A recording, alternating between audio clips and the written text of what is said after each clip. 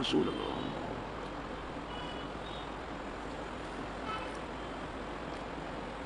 نحمده ونصلي ونسلم على رسوله الكريم اما بعد اعوذ بالله من الشيطان الرجيم بسم الله الرحمن الرحيم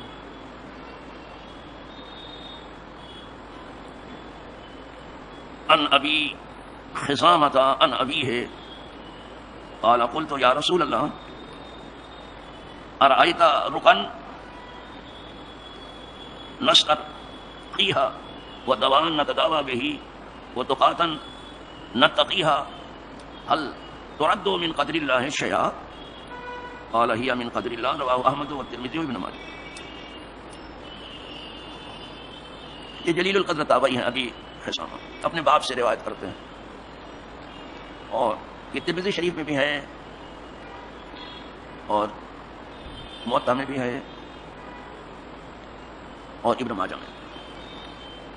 کہتے ہیں میرے والد بزرگوار نے بارگاہ رسالت میں ایک سوال کیا. جناب ابو خزامہ اپنے باپ سے روایت کرتے ہیں کہ میں نے عرض کیا یا رسول اللہ، ان کے والد نے، آپ کیا فرماتے ہیں اس جھاڑ پھونک کے بارے میں جو ہم کرتے ہیں؟ تو اس سے پتا چلا یہ جھاڑ پھونک بہت پہلے سے ہے، یہ نہیں کہ بعد کے لوگوں نے اس کو پیدا کر لیا، پہلے سے ہے. آپ اس جھاڑ پھونک کے بارے میں آپ کیا کہتے ہیں؟ ویسے اس کا باب الطب والرقاء آئے گا حدیث میں، اس میں صرف جھاڑ پھونک کا ہی بیان ہے. یہاں تو بہت مختصر سا ہے، لیکن یہیں سے ایک مزاج آپ کو مل جانا چاہیے، کیونکہ کہتے ہیں میرے والد نے پوچھا کہ آپ اس جھاڑ پھونک کے بارے میں کیا کہتے ہیں جو ہم کرتے ہیں، اور ان دواؤں کے بارے میں کیا فرماتے ہیں جو دوا علاج ہم کرتے ہیں، اور ان بچنے والی چیزوں کے بارے میں کیا فرماتے ہیں جس سے ہم اپنی بچت کرتے ہیں، جیسے ڈھال وغیرہ اسے حملہ روکتے ہیں، زرہ وغیرہ پہن کر کے حملہ روکتے ہیں، اپنا رکھ رکھاؤ کرتے ہیں، اسے بچتے ہیں. بڑا اچھا سوال کیا. تو کیا یہ چیزیں کچھ تقدیر پر اثر انداز ہوں گی؟ ہمارے جھاڑ پھونک سے کچھ تقدیر پر اثر پڑے گا، ہماری دوائی علاج سے کچھ تقدیر پر اثر پڑے گا، اور ہمارے رکھ رکھاؤ سے اور بچت کی چیز لینے سے کیا تقدیر پر کچھ اثر پڑے گا؟ یہ حضور سے سوال. اب بہتر جواب دیا سرکار، فرمایا یہ بھی تقدیر ہی سے ہے. تقدیر میں لکھا ہوتا ہے کہ یہ جھاڑ پھونک ہوگی تو ٹھیک ہو جائے گا، اور کچھ لوگوں نے جھاڑ پھونک کو جانے کیا بنا ڈالا ہے، دعا تعویذ کو جانے کیا درجہ دے دیا ہے. یہ سب چلتا ہے، تو میں لکھا ہے یہ جھاڑ پھونک کرائے گا، یہ دعا تعویذ کرے گا تو اس کا یہ کام ہو جائے گا،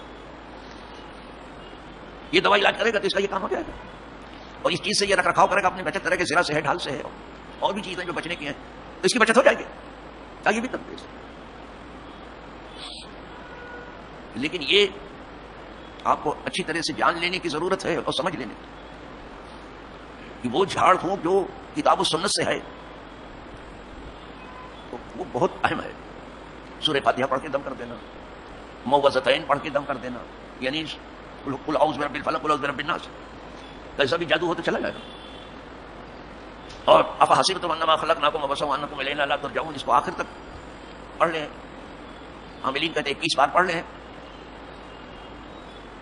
تو کیسا ہی آسیب ہو وہ چلا جائے گا. اور میں نے جاتے دیکھا بھی ہے، میں نے خود بھی دیکھا، اس لیے کہ کتاب سے پڑھ کے تھوکنا ہے، اس سے تو مردے اٹھ کے کھڑے ہو جاتے ہیں، اگر زندہ کھڑا ہو جائے گا تاکہ مت کرنا. تو وہ جھاڑ پھونک جو کتاب و سنت سے ہے اس کے جائز ہونے میں کیا حرج ہے؟ کرو. آخر تو ادھر بچہ پیدا ہوا، ادھر آپ نے اس کے کان میں اذان پڑھی، جھاڑ پھونک کیا کہ نہیں کیا؟ سیدھے کان میں اذان. اور اچھا ہوگا یہ کام جو سب سے زیادہ پرہیزگار اس سے کرایا جائے تاکہ بچے پر اچھا اثر پڑے. تو سیدھے کان میں اذان اور الٹے کان میں اقامت پڑھی جائے. یہاں اذان ہوئی اور اقامت کی نماز نہیں ہوئی، مرنے کے بعد نماز ہوگی، نہ اذان ہوگی نہ اقامت ہوگی. مرنے کے بعد کہیں دیکھا اذان ہوتے ہوئے، اقامت ہوتے ہوئے نہ، یہاں تک کہ وہ دفن ہو جائے. اب جو ہے وحشت دور کرنے کے لیے اذان پڑھ دی جاتی ہے، اس لیے کہ طبیعت کتنی بھی آپ کی گھبرائی ہوئی ہو تو آپ کسی سے کہو آپ کے کان میں اذان پڑھ دے، آپ کی طبیعت بہل جائے گی. تو مردہ جس وحشت میں ہے، جس گھبراہٹ میں ہے، نئی جگہ پہنچے قبر میں، تو اس کی وحشت اور گھبراہٹ دور کرنے کے لیے اذان پڑھی جاتی ہے تاکہ اسے سکون مل جائے. تو کبھی کبھی نماز جو ہے اذان اس لیے بھی پڑھی جاتی ہے کہ آدمی کو سکون مل جائے. آپ کہیں کہ ہاں اذان سے بھی سکون ہے یار، بہت سکون ملتا ہے. ذرا پوچھو اللہ والوں سے کہ اذان کے بعد انہیں کیا سکون ملتا ہے. اور نہیں تو پھر حدیث پاک کی دیکھ لو، سرکار کی طبیعت میں جب کبھی کچھ ایسی چیز ہوتی جس سے آپ کچھ پریشانی محسوس کرتے تو حضرت بلال کو حکم دیتا، رہنا یا بلال، بلال ذرا راحت پہنچاؤ. تو معلوم ہوا اذان راحت کے لیے ہے. اذان سے وحشت نہیں ہونی چاہیے. اذان سکون کے لیے، اطمینان کے لیے، شیطان کو بھگانے کے لیے ہے. اور اگر آبادی کے چاروں طرف ہر کنارے پر اذان پڑ دی جائے تو جلدی سے کوئی بلا اس آبادی میں داخل نہیں ہوگا. جہاں سے آپ کی آبادی شروع ہوتی ہے اس کے جہاں پہ ختم ہوتی ہے اس کے ہر کنارے پہ پڑھ دو اذان، کوئی بلا نہیں آئے. تو اللہ والوں کو تو اذان سے ہی راحت پہنچ لگتی ہے. اور جب اقامت ہوتی، نماز ہو جاتی ہے، اللہ کی یاد ہو جاتی ہے، تو پوری طرح سے طبیعت بہل جاتی ہے. کتنا ہی بوجھ طبیعت پہ کیوں نہ ہو، نماز پڑھ لو اتر جائے گا.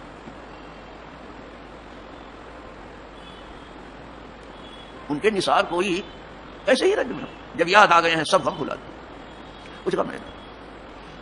تو یہ پیدا ہوتے ہی کان میں اذان تو پڑھی جاتی ہے. یہ کیا ہے پڑھنا کیسا؟ اگر کچھ پڑھ کے دم کرنا فائدہ نہیں دیتا، اذان پڑھی جاتی. اب بھی آیا ہے بیچارہ بچہ، کبھی کبھی عجیب عجیب منہ بناتا ہے. جب سیدھے کان میں اذان پڑھی جائے اچھی آواز میں، اور الٹے کان میں اقامت پڑھی جائے. اگرچہ یہاں نماز نہیں ہے لیکن اذان و اقامت. مرنے کے بعد نماز ہے، اقامت نہیں اذان ہے. نماز جنازہ میں نہ اذان ہے نہ اقامت، نہ وہاں رکعت ہے. کچھ لوگوں سے اگر آپ پوچھ لیں گے ذرا نماز جنازہ کی نیت بتا دو تو نہیں بتا پاتے. لوگوں کی غفلت پہنچی کہاں تک ہے. کوئی بھی جاہل ان کے اندر گھس کے کام کر سکتا. اور کتنے حاجی صاحبان ہیں ان سے لبیک پڑھا دی نہیں پڑھ پائیں گے. آج کر کے آئے خوب عمرہ کر لبیک نہیں پڑھ سکتے. اور مجھے کسی کو شرمندہ کرنا نہیں تو ابھی کھڑا کر دیتا میں، ہمارے مفتی صاحب کھڑا کر دیتے. لیکن کسی کو شرمندہ نہیں کرنا ہے، صرف یہ بتا دینا ہے کہ ٹھیک سے لبیک تو یاد کر لو اور کچھ اس کے معنی سیکھ لو. ٹھیک سے کلمات تو یاد کر لو، کچھ اس کے معنی سیکھ لو.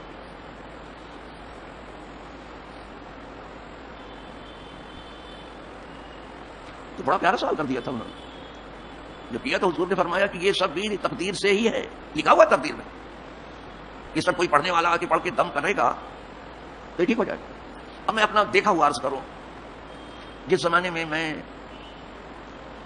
طالب علم تھا، آج بھی طالب علم ہوں اس بڑھاپے میں،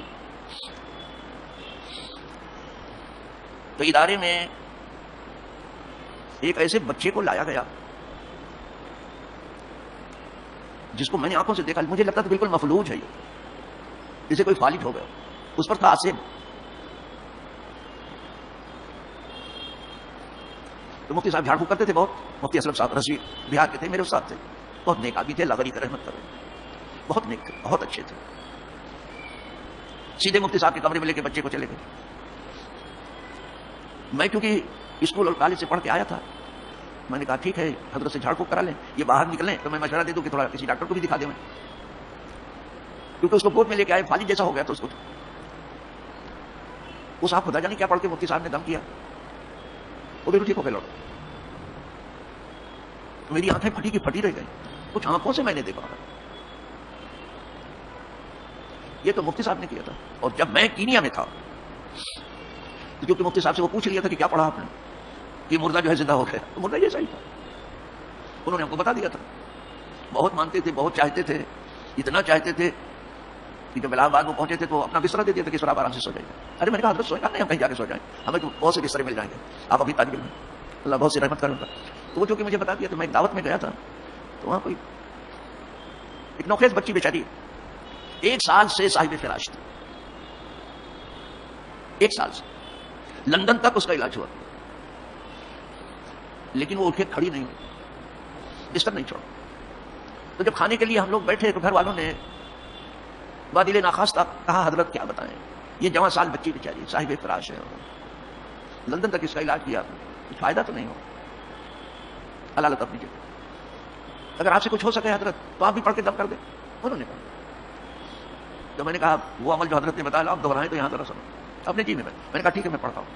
میں بیٹھ گیا اس کے پاس, پلنگ پہ لیٹی ہوئی تھی بیچاری, اور وہی جو بتایا گیا تھا وہ پڑھ کے اس پر دم کیا میں نے. 21 بار پڑھ کے میں نے دم کیا. وہی افحسبتم انما خلقناکم آخر تک. آپ کو بھی بتا دیتا ہوں, اس میں کوئی چرانے کی بات نہیں, آپ فائدہ اٹھائیں, یہ تو میں چاہتا ہوں. لیکن نماز جو ذرا زبان تھوڑا سچی کرو, تو دن بھر جھوٹ بولو, کہو پڑھ کے دم کرے تو کچھ ہو جائے, آپ بے دم ہو جاؤ گے. زبان ذرا سچی کرو, دل سچا کرو, کام اپنا سچ.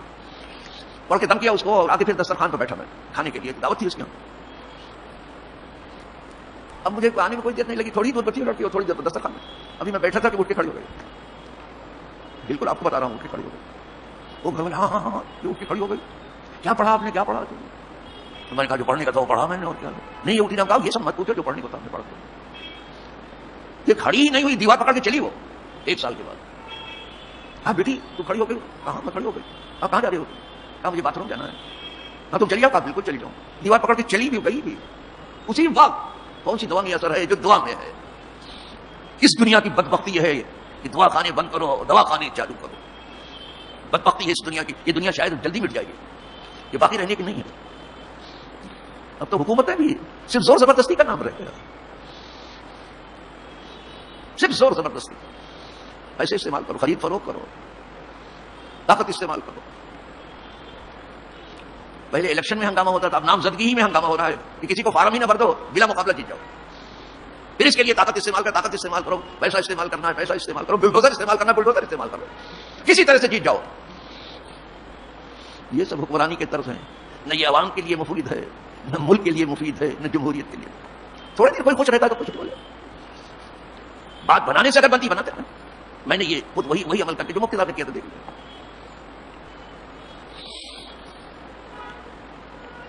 الحمدللہ. اسی لیے لوگوں کو میں بتاتا ہوں, میں علم کو چھپاتا نہیں, بتاتا ہوں کہ آپ بھی فائدہ اٹھاؤ.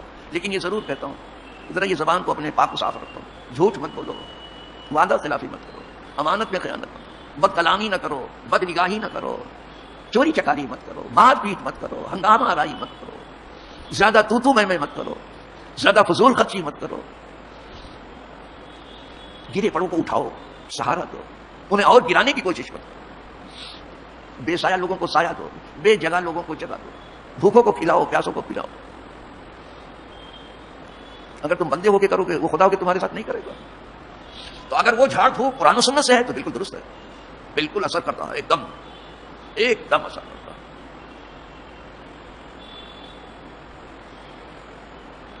آپ بیتی بھی کہہ دوں, کچھ دن ایسا ہو گیا تھا کہ مجھے الحمد کہنا مشکل ہو گیا تھا. اس وقت اشرف العلماء حیات تھے, اللہ ان کی قبر کو نور و نکھت سے بھرے, کروٹ کروٹ انہیں آرام دے. وہ ہمارے باپ کی جگہ پر انہیں خوب راحت دے. جا کے اپنے استاد سے کہا یہ الحمد کہنا بڑا مشکل ہو گیا مجھے. بولے آپ پہ جادو کر دیا گیا. اور بولے کیوں نہیں کیا جاتا؟ بولے میرے اوپر بھی کیا گیا تھا, قاری دانش پر بھی کیا گیا تھا. قاری دانش کا تو پاؤں ہی پھر جاتا تھا. پھر انہوں نے یہ مبصرت کرتا ہے مجھے بتایا کہ پڑھ کے تم کر لیے, ٹھیک ہے پڑھ لیا, ٹھیک ہو. یہ میں یہ نہ کہیے کہ جھاڑ پھونک میں اثر نہیں ہے. وہ اثر ہے کہ سارے جہاں کے دواخانوں میں نہیں ہے. کہ جتنے ہیلتھ ڈپارٹمنٹ کے بیٹھے ہوئے ہیں پوری دنیا میں سب مر جائیں گے, ان کا نسخہ ختم ہو جائے گا, لیکن کتاب و سنت کی حقیقت باقی رہے گی. یہ سب مریں گے جنہوں نے حرم بند کرایا ہے, حرمین طیبین کو بند کرا دیا, یہ سب مریں گے, ایک نہیں بچے گا اس میں, اور بہت بے آبرو ہو کے مریں گے. بہت عقلیں دوڑا رہے ہیں. ہم کب کہتے ہیں کہ عقل کی حکمرانی نہ ہو, لیکن محض عقل ہی پہ بھروسہ نہ ہو. کبھی کبھی عقل سے الگ تھلگ ہٹ کے بھی سوچیں. شاید اقبال نے اچھا ہی کہا تھا, بہتر ہے دل کے پاس رہے پاسبان عقل, لیکن کبھی کبھی اسے تنہا بھی چھوڑ دو. کبھی کبھی عقل سے الگ ہٹ کے سوچنا پڑتا ہے. عقل وہاں ساتھ نہیں دیتی ہے, وہاں معجزہ ہوتا ہے, وہاں کرامت ہوتی ہے. جس کو یہ کرشمہ کہتے ہیں کہ کرشمہ ہو گیا, کرشمہ کیا ہے؟ بیانڈ عقل ہے. جسے آپ کرشمہ کہو بیانڈ عقل ہے, عقل سے باہر ہے. آپ عقل کے اتنے پرستار ہو گئے, عقل کا دفتر اتنا پوچھنے لگے آپ کہ دعا خانے بند کرا رہے ہو, گرجا بند کرو, کنیسہ بند کرو, بیا بند کرو, صلوات بند کرو, مساجد بند کرو, منادر بند کرو, سب بند کرو, شراب خانے کھلوا کے بیٹھو, قہوہ خانے کھلوا کے بیٹھو, مال کھلوا کے بیٹھو, سب بھیڑ بھاڑ کی جگہ کھول کر کے بیٹھو, صرف عبادت خانے بند کرانے بیٹھے نا. حول ولا قوت الا باللہ. تو وہ جھاڑ پھونک جو کتاب و سنت سے ہے بالکل جائز ہے, اور اس کے بڑے زبردست اثرات ہیں. لیکن وہ جھاڑ پھونک جس میں کفری کلمات ہیں, دیہوں سے مدد لی جا رہی ہے, جنوں سے مدد لی جا رہی ہے, کفریہ کلمات ہیں اس میں, وہ بالکل جائز ہے. دیکھنا پڑے گا کہ جھاڑ پھونک میں کیا الفاظ استعمال ہو رہے ہیں. تو یہ بھی تقدیر سے ہے. الحمدللہ رب. تھوڑا سا میں نے آج کہہ دیا کیونکہ اس کا ایک باب ہے, باب الطب والرقیہ, طب نبی آ رہا ہے, اس میں حدیث میں سب سنیں گے, یہ دلچسپ ہوتا چلا جائے گا بیان زیادہ. اسی لیے میں نے کچھ اس میں وہاں جب پہنچیں گے تو آپ کو علم ہو جائے گا کہ کیا کچھ ہے دواؤں میں, پھر آپ کو جلدی سے ضرورت نہیں پڑے گی دوا کھانے کی. تو ان کو یہ فکر ہو گئی ہے کہ کیا ہو جائے گا, کیونکہ اب تو انہوں نے ایسی دوا نکالی ہے کہ زندگی بھر دوا کھاتے رہو اور زندگی بھر مریض رہو. بتا چکا ہوں, کسی کو بلڈ پریشر کا زندگی بھر دوا کھاؤ, ڈائبٹیز ہو گیا کا زندگی بھر دوا, کینسر ہو گیا کا زندگی بھر دوا کھاؤ, بس ہو گیا کا زندگی بھر دوا کھاؤ. ہمیں یہ کون سی دوا ہے کہ زندگی بھر دوا کھاؤ؟ لیکن اگر تمہارے یہاں یہی ہے کہ زندگی بھر دوا کھاؤ تو ہم زندگی بھر دعا کیوں نہ کریں؟ آپ دوا تو زندگی بھر کرو, ہم زندگی بھر دعا کیوں نہ کریں؟ تو آپ کا دوا کھانا جو ہے لاک انلاک سب کھلا رہے اور دعا کھانا بند ہو جائے, یہ آپ کی ناانصافی نہیں ہے؟ دوا کھانے کھلے ہیں, دعا کھانے بند کیوں ہیں؟ کس نے بند کرایا؟ دنیا نے بند کرایا.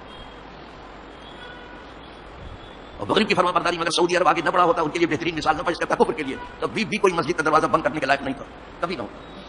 لیکن وہ بہتر نمونہ کفر کے لیے پیش کرنے کے لیے بیٹھا ہوا ہے کہ ہم پیش کر دیں گے سب کچھ جو چاہیے آپ. بلا اپنوں کی بھی زیادتی سے بچا لے, غیروں کی بھی زیادتی سے بچا لے, خود اپنے نفس کی زیادتی سے بچا لے, شیطان کی زیادتی سے بچا لے, ہر زیادتی سے بچا لے. اللہ یہاں بھی امن و امان سے رکھے جب تک رکھے, ایمان اور ایقان پر موت آئے, اور وہ بندگان ایمان اور ایقان جو آرام سے اپنی قبروں میں آسودہ خاک ہیں, اللہ ان کے قدموں میں دفن ہونا نصیب کرے, اور ہم تمام کا حشر نشر بھی انہیں پاک قدموں میں ہو. وآخر دعوانا الحمدللہ رب العالمین. الفاتحہ.